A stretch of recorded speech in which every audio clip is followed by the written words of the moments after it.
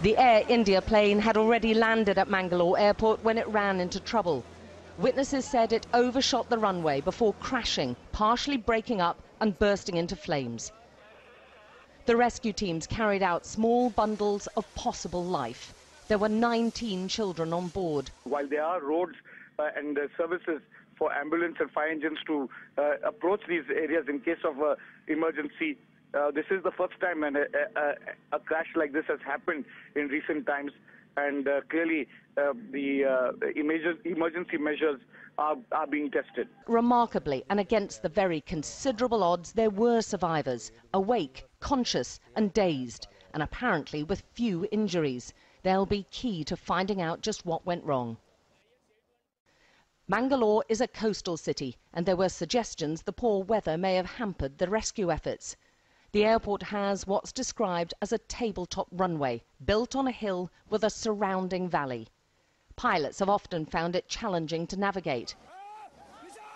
It's considered one of the most difficult airports to land at in India. Precision flying is essential. There's no room for error. But once the plane had veered off the cliff and into the valley below, rescue efforts were enormously challenging too. The plane was relatively new, apparently only 4 to 5 years old. It had flown from Dubai and had more than 160 passengers and crew on board. Air India is extending all its support to the emergency services and any other agency that is associated with investigation, relatives, family members.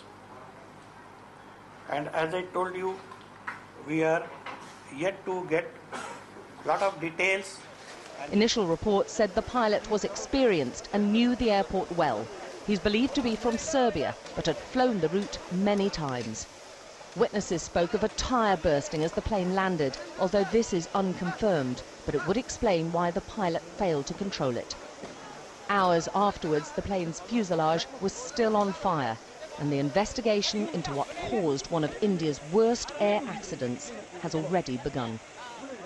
Alex Crawford, Sky News, Delhi.